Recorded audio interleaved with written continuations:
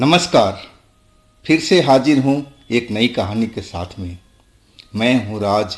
आप देख रहे हैं हाईवे 33। क्या कोई तंत्र मंत्र से अमीर बन सकता है? क्या कोई भूत प्रेत चुड़ैल किसी को धन दौलत दे सकती है? मैं बोलूँगा बिल्कुल नहीं। लेकिन ऐसा हुआ था। ये हुआ था संजय के साथ में। तो चलिए शुरू करते हैं आज की कहानी। लेकिन दोस्तों, अगर आप मेरे चैनल पर नए हो और अभी तक मेरे चैनल को सब्सक्राइब नहीं किया है तो प्लीज़ कर लीजिए और साथ में बेल आइकन को दबाना ना भूलिएगा। और हाँ दोस्तों, अगर आपके पास भी कोई घटना है, कोई स्टोरी आप बताना चाहते हैं तो आप मुझे इंस्टाग्राम पर या मेरे व्हाट्सएप नंबर पर आप अपनी कहानी को शेयर कर सकते हैं। तो शुरू करते हैं आज की कहानी। दोस्तों, मेरा नाम संजय है। बात 2002 की थी और ये घटना जो हुई थी वेस्ट बंगाल में, कोलकाता के आसपास में। मेरे पिताजी का एक ढाबा था और ढाबे पर हमारा परिवार सब काम करता था। बगल में ट्रांसपोर्ट था, बहुत सारे ट्रांसपोर्ट थे और जो हमारा ढाबा था बिल्कुल रोड पर था। तो ट्रांसपोर्ट में जितने ट्रक आते थे, खाना पीना सब हमारे ही होटल पर किया करते थे। और बाहर के ट्रक वाले भी, कोई गाड़ी वाले भी रुकते थे हमारे होटल पर, नाश्ता चाय खाना पीना सब करते थे। कहा जाए तो हमारा घर का मेन पूंजी कमाने का जरिया यही ढाबा था। ये ढाबा मेरे पिताजी ने एक चाय की पटरी से की थी और फिर उसी पटरी से आज पूरा एक अच्छा खासा ढाबा बन गया था और उस पर सारे परिवार हम लोग काम कर रहे थे। और हमारे जो मामा जी हैं वो एक दिन आए और उनके साथ में उनका लड़का था दीपक, जो मेरे ही उम्र का था। अब मामा जी सुख दुख तो बात होती रही और मामा जी परेशान दिख रहे थे। तो मेरे पिताजी ने पूछ ही लिया कि बताइए क्या परेशानी है, क्या दिक्कत है। एक दूसरे से इंसान पूछता रहता है, एक तो फॉर्मेलिटी होती ही है।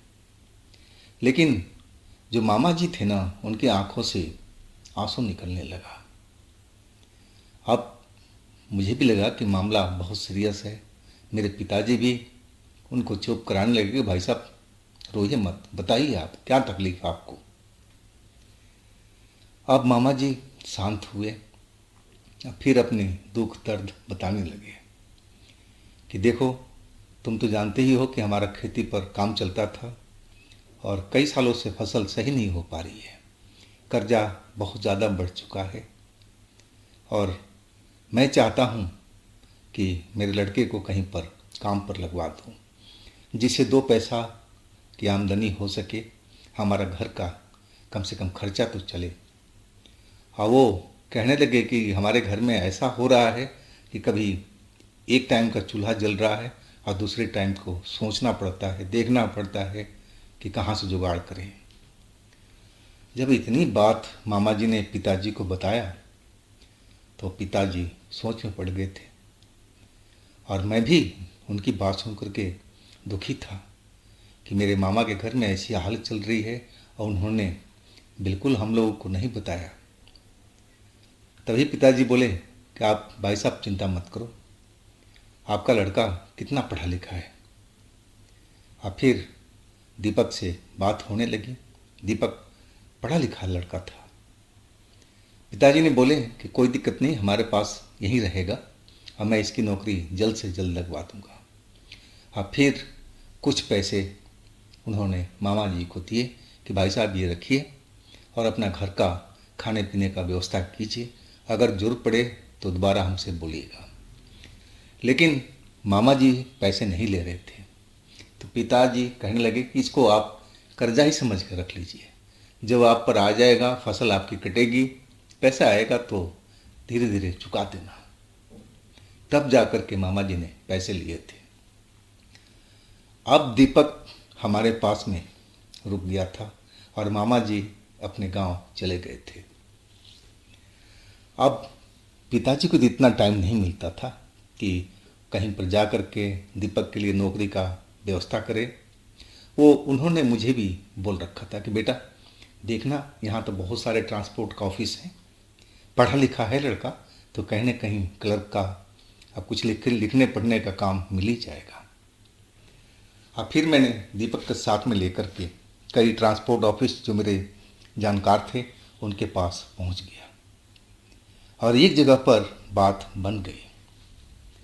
लिखने पढ़ने का काम था और सैलरी भी ठीक ठाक थी। अब तो जो दीपक था खुश हो गया, मैं भी खुश था, खुशी की बात ही थी।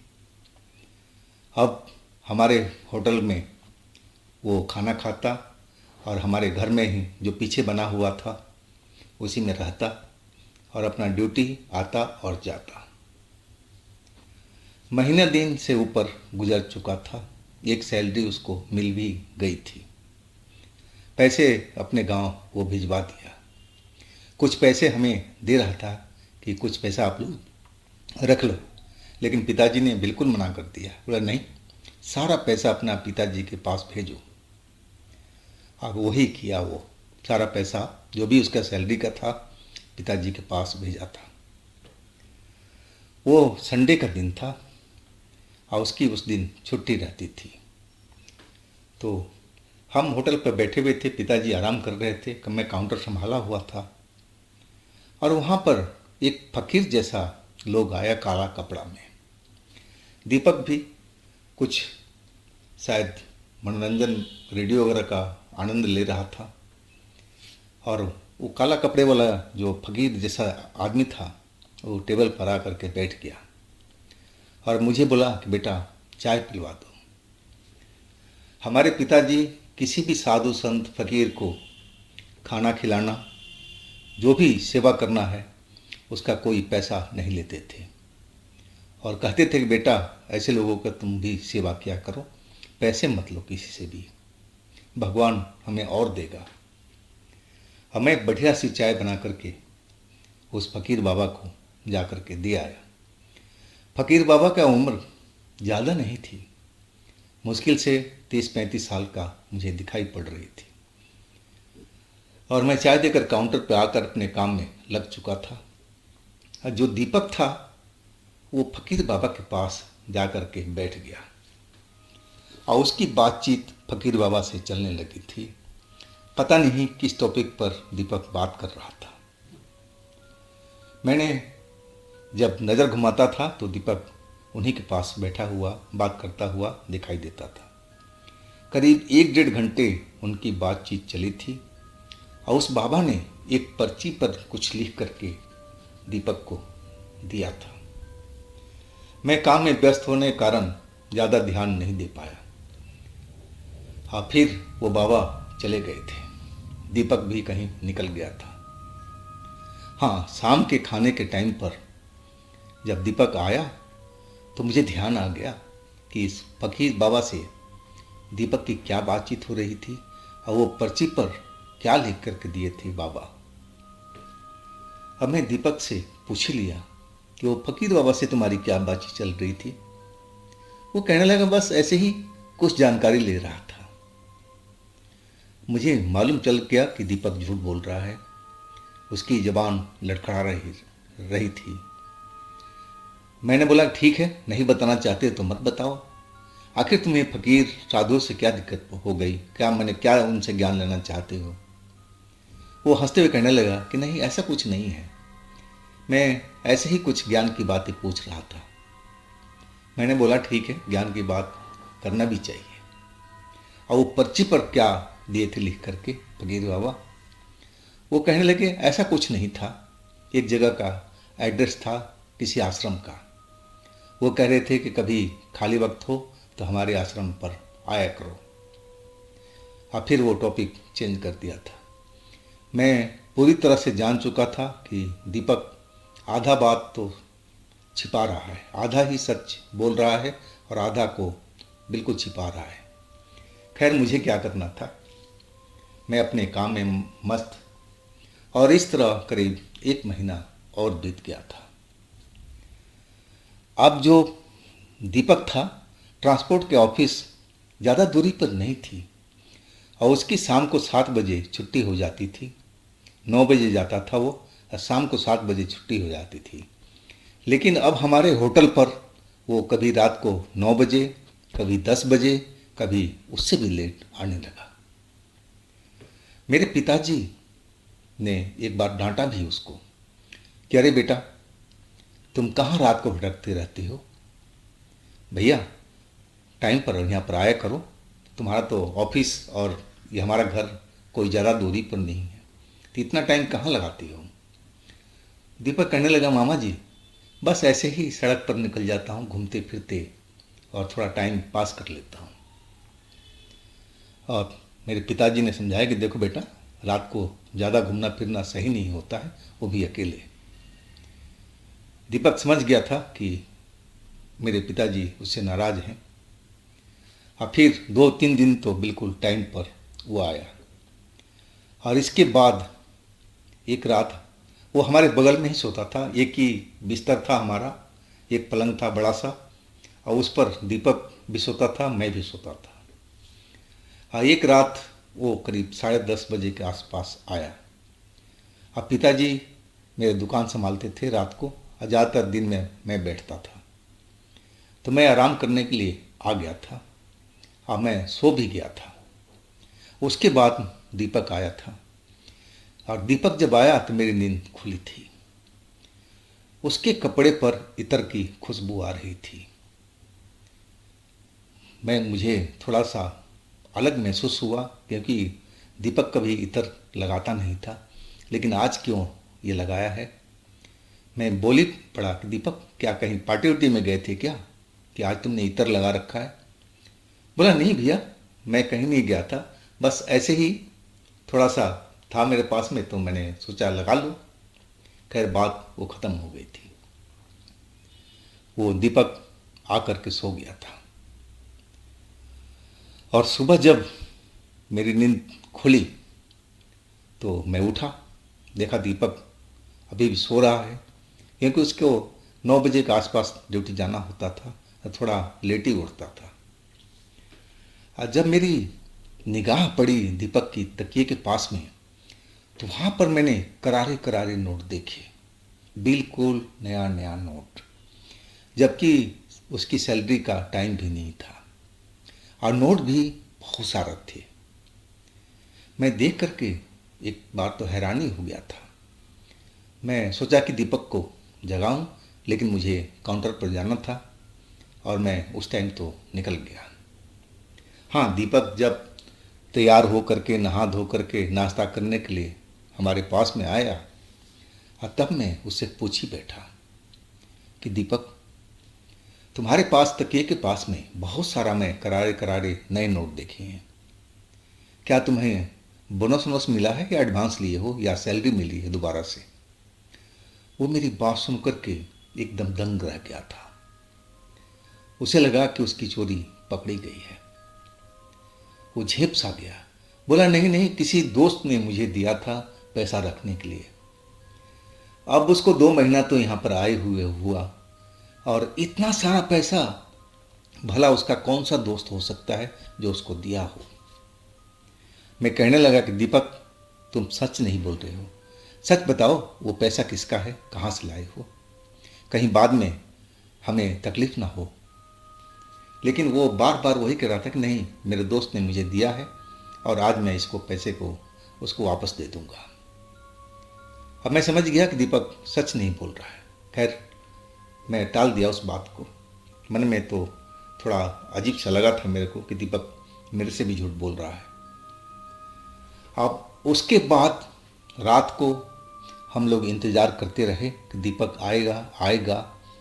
10 बजा, 10:30 बजा, 11 बजा, 12 भी बज गया, लेकिन दीपक का कहीं पर पता नहीं था। मैंने सोचा कि शायद उसके ट्रांसपोर्ट में कहीं काम चल रहा हो, कोई ट्रक का लोडिंग हो रहा हो सकता है कि ट्रांसपोर्ट वाले रोक लिए हों। अब मैं उस ऑफिस में पहुंचा जहां पर दीपक काम करता था, और जब वहां जाकर के देखा तो वहां तो दीपक था ही नहीं। हाँ, ट्रक तो ज़रूर लोड हो रही थी। मैंने उसके ऑफिस में जो भी लोग थे उनसे दीपक के बारे में पूछा, तो वो बोला कि दीपक तो आज दोपहर के बाद से ही छुट्टी पर है, निकल गया है। अब मैं उनकी बात सुन कर के हैरान था कि आखिर दीपक कहाँ गया बिना बताए हुए। हमें तो कुछ बताया तक नहीं। अब चिंता में तो इंसान पड़ ही गया था। अब मैं आकर के पिताजी को सारी बात बताया। अब पिताजी भी परेशान। इसके बाद में हम ढूंढने लगे थे आसपास में, जहाँ तक मुझे मालूम था कि दीपक कहाँ तक जा रहा है वहाँ तक मैं खोजबीन तो ज़रूर किया, लेकिन दीपक नहीं मिला। अगले दिन दोपहर में दीपक हमारे होटल में आया। अब बिल्कुल नए कपड़े पहने हुए एक ऑफिसर की तरह लग रहा था। मैं अब उसकी शक्ल सूरत कपड़ा देख करके दंग था, और दूसरी चीज़ कि वो रात भर कहाँ था। अब मैं आते ही उसे कई सवाल पूछ लिए थे। अब वो कहने लगा कि देखो भाई, मैं अब एक अपने लिए कमरा ले लिया हूँ। मैं सोचता था कि आप लोग मेरे से परेशान होंगे, मैं रात में लेट आता हूँ, इसलिए मैं किराए का एक कमरा ले लिया हूँ, और कल ही मैं उस कमरा में चला गया था और अपने लिए कुछ सामान भी खरीदा हूँ, ये कपड़ा भी खरीदा हूँ। अब मैं देख लिया था कि शायद वही पैसा था जो दीपक ने वो तकिए के पास रखा था, उसी से ये सारा कुछ खर्च किया है। दीपक झूठ बोल रहा था कि उसका दोस्त का पैसा है। खैर, दीपक तो मनी बना रहा था। पिताजी से भी जाकर के मिला और वही बात दीपक ने पिताजी से भी कहा कि आप लोग नाराज़ मत होइएगा, मैं अपने लिए कमरा ले लिया हूँ ताकि मैं आराम से सो सकूँ, क्योंकि यहाँ पर थोड़ा आप लोगों को तकलीफ़ होती थी। पिताजी ने समझाना शुरू किया कि बेटा, 2 महीना तुम्हें कोई तकलीफ़ नहीं हुई और आज तुम्हारे पास में पैसा आ गया तो तुम्हें हमारी तकलीफ़ दिखने लगी। जाओ बेटा, कोई दिक्कत नहीं है। पिताजी गुस्से में थे और मैं भी तो था ही। और उसके बाद दीपक चला गया था और उसके बाद 3 महीना तक हमारी उससे कोई मुलाकात नहीं हुई, ना बातचीत हुई।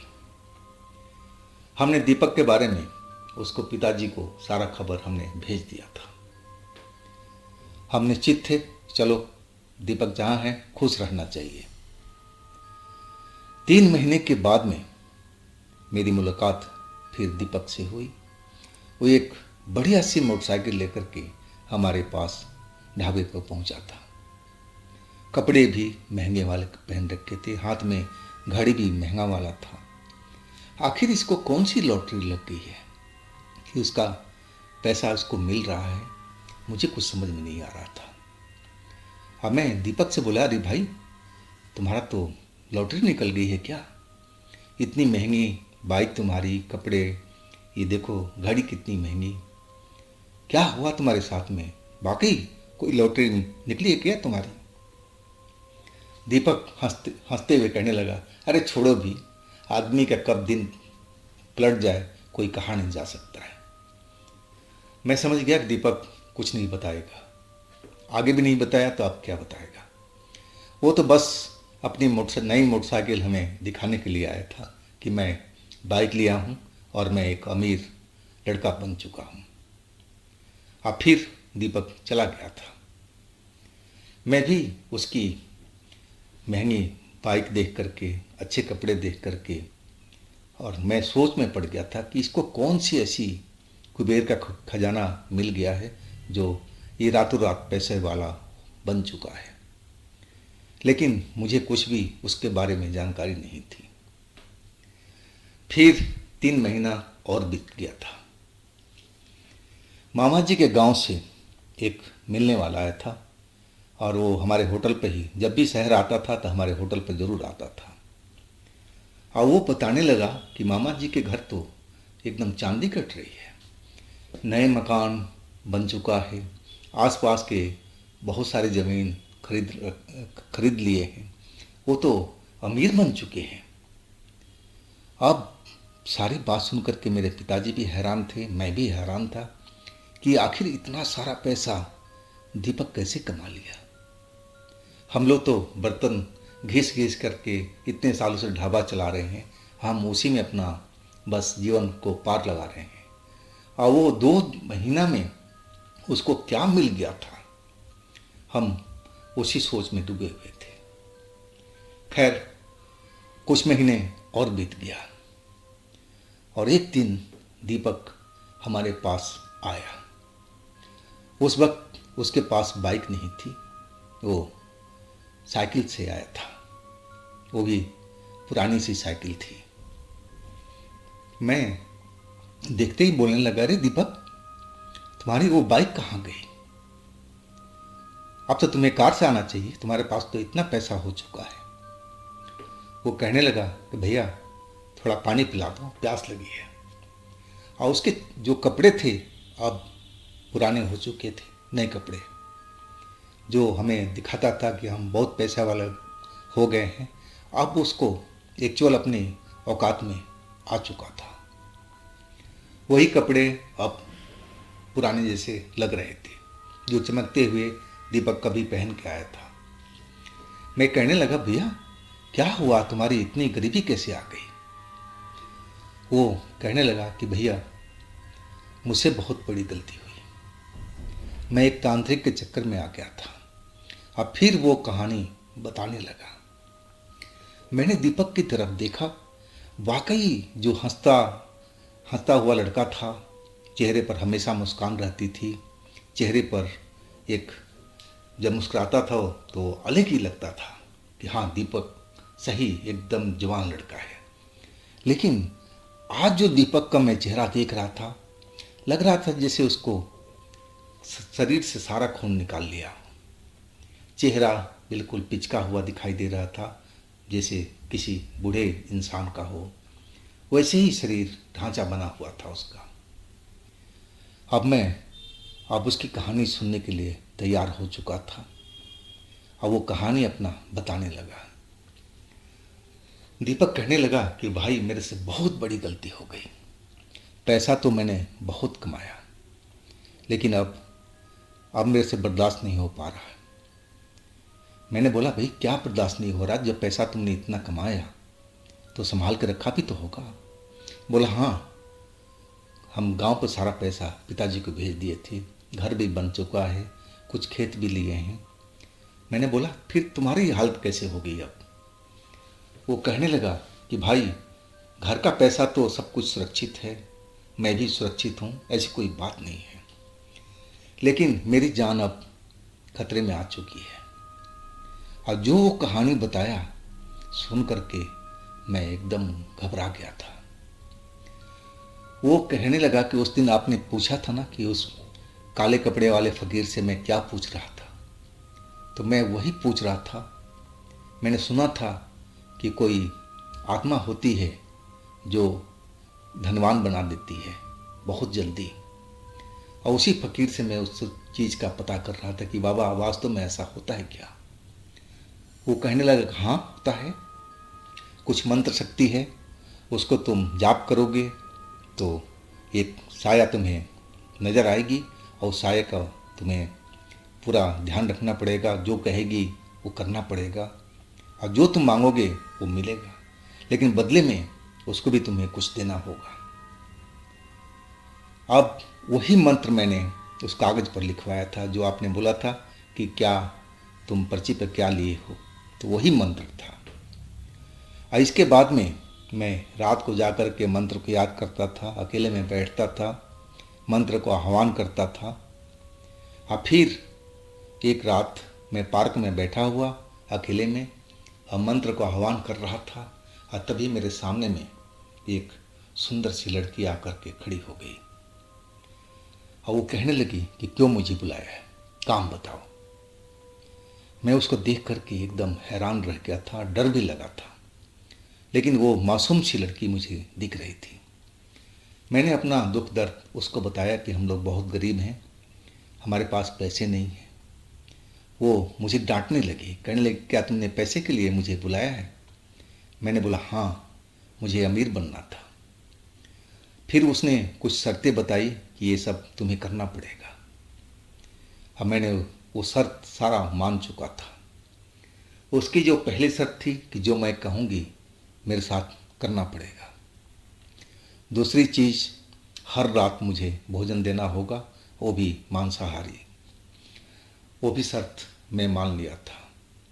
और तीसरी शर्त थी कि अगर तुम मेरा साथ नहीं दोगे तो मैं तुम्हें मार भी सकती हूँ। बोलो मंजूर है? अब दीपक बोला मैंने मंजूर कर लिया था।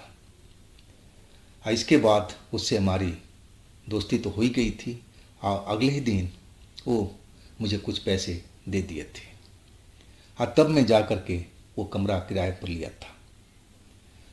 अब वो तो हमारी जैसे घर की पत्नी होती है वैसे मेरे साथ में रहने लगी थी, लेकिन वो किसी को नज़र नहीं आती थी। मेरे अलावा किसी को हवा तक नहीं लगता था कि मेरे साथ में कोई लड़की रहती है। अब मैं उसके साथ में दिन रात गुजारने लगा था। मुझे अब नौकरी की क्या ज़रूरत थी? हर शाम कुछ न कुछ पैसे हमें ज़रूर मिल जाता था। बदले में उसका ख्याल रखना पड़ता था। वो जो कहती थी वो मुझे करना पड़ता था। शाम के खाने का इंतज़ाम करना होता था। और जब मैं गहरी नींद में सोता था तो मुझे लगता था कि वो मेरा खून पीती है। मैं अपने हाथ पर कई जगह ऐसे निशान देखे थे, लेकिन मैं समझा था कि शायद कुछ ऐसे ही निशान होंगे। लेकिन धीरे धीरे ये सब चलता रहा। कुछ महीनों के बाद में मुझे एक समस्या खड़ी हुई। जब भी मैं खड़ा होने लगा सुबह के टाइम में चक्कर से आने लगे। मैं डॉक्टर के पास दिखाया तो कहा कि तुम्हारे शरीर के अंदर खून की कमी हो चुकी है। मैं अच्छा खाना खा रहा था, सब कुछ मेरे पास में था, तो मैं भला खून की कमी से क्यों झेलता। और तब मुझे एहसास होने लगा कि जिस लड़की के साथ में रह रहा हूँ, जो कोई काली शक्ति है, सब उसी का किया धरा है। वही रात को मेरा खून पीती है। अब मैं उससे कहने लगा कि आप मेरे को छोड़ दीजिए, आप जहाँ से आई थी वहाँ चले जाइए।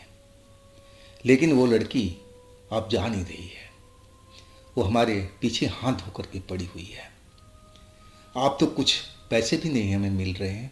जितना दिया था बस उसी में सब कुछ ख़त्म हो चुका था। जो भी पैसा था मैं अपने घर पर दे चुका हूँ। अब तो मैं पैसे पैसे का मोहताज हो गया। और वो लड़की जो काली शक्ति है वो हमारे पीछे हाथ धो के पड़ी हुई है। वो कह रही है कि अब तुम्हारा मैं जान लेकर रहूँगी। और फिर वो दीपक रोने लगा था। वास्तव में देखा उसके हाथ पर ऐसे वैसे निशान थे जैसे किसी ने कोई इंजेक्शन लगा करके ऐसा खून निकाला हो, कटकर निशान भी थे। मैं उसकी बातों पर विश्वास कर लिया था कि शायद ऐसा ही इसके साथ में हुआ है। अब उसके घर पर खबर भेजा गया। उसके पिता आए और हमारे पिता के सामने बैठकर सारा बातचीत हुआ। अब उसके पिता भी मान चुके थे कि लड़के ने गलती किया है। और मेरे पिताजी बोले कि ठीक है, आप अपने लड़के को अपने गांव लेके जाओ। और वही किया। उसके पिता ने उसको अपने गांव ले गए। लेकिन गांव पर जाकर के वो लड़का और बीमार हो गया। अब तो उसकी ऐसी हालत हो गई थी दीपक की कि वो बेड से हिल नहीं पा रहा था। डॉक्टरों को दिखाया गया, इलाज चल रहा था। और तब किसी ने बोला कि इसको किसी बड़े तांत्रिक से दिखाओ। और जो दीपक था अब किसी से बात करना भी बंद कर चुका था। वो बोलता ही नहीं था, बस देखता रहता था। अब इतनी खबर सुनकर के हम भी मामा के गांव गए थे और उसकी हालत देखी थी। वो तो पहले से ज़्यादा और कमज़ोर हो चुका था, बिल्कुल बुजुर्गों की तरह दिख रहा था, हड्डी का ढांचा।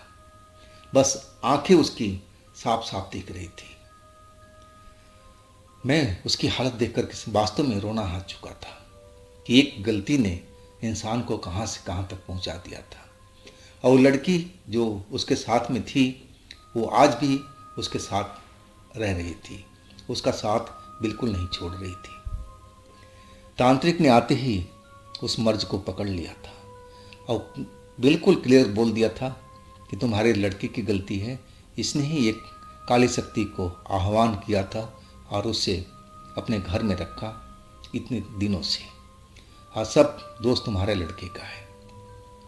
उसके बदले में उस शक्ति जो थी, काली शक्ति जो थी, अदृश्य शक्ति, उसने तुम्हारे को बहुत सारे लड़के को पैसे दिए हैं उसके एवज में, तो अब तो भुगतना ही पड़ेगा।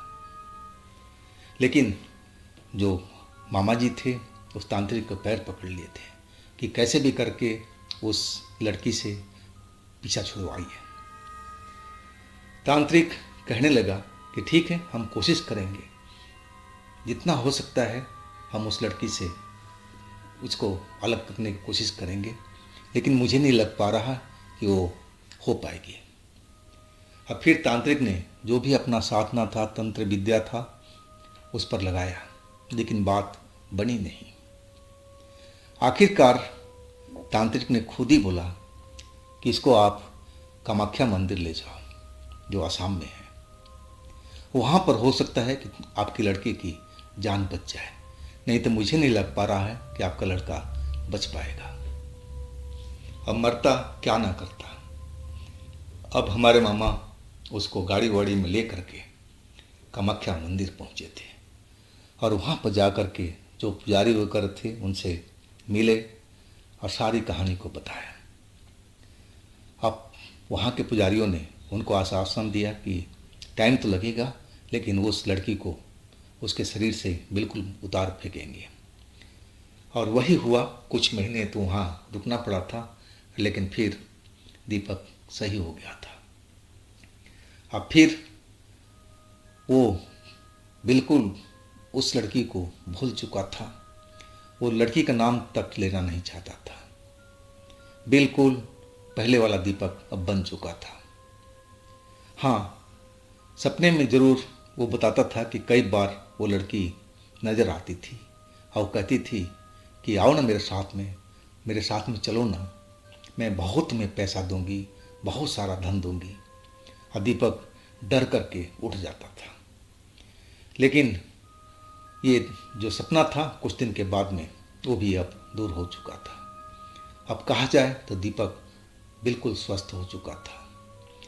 लेकिन धन की लालच लोगों की आंखों पर पर्दे डाल देती है, वो कैसा भी काम करने को तैयार हो जाते हैं। तो इससे हमें सबक मिलती है कि ऐसा काम नहीं करना चाहिए जो अपने लिए कष्टदायक हो, हानिकारक हो, परिवार के लिए भी हानिकारक हो।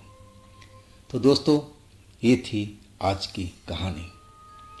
अगर आपके पास भी ऐसी कोई घटना है, कहानी है, तो आप मुझे ज़रूर शेयर कीजिएगा और इस चैनल को अपना प्यार भी दीजिएगा, लाइक कीजिएगा, सब्सक्राइब कीजिएगा, शेयर कीजिएगा। और फिर हम मिलते हैं अगले दिन एक नई तरह की स्टोरी में। आप लोग अपना बहुत ही ख्याल रखिएगा। नमस्कार।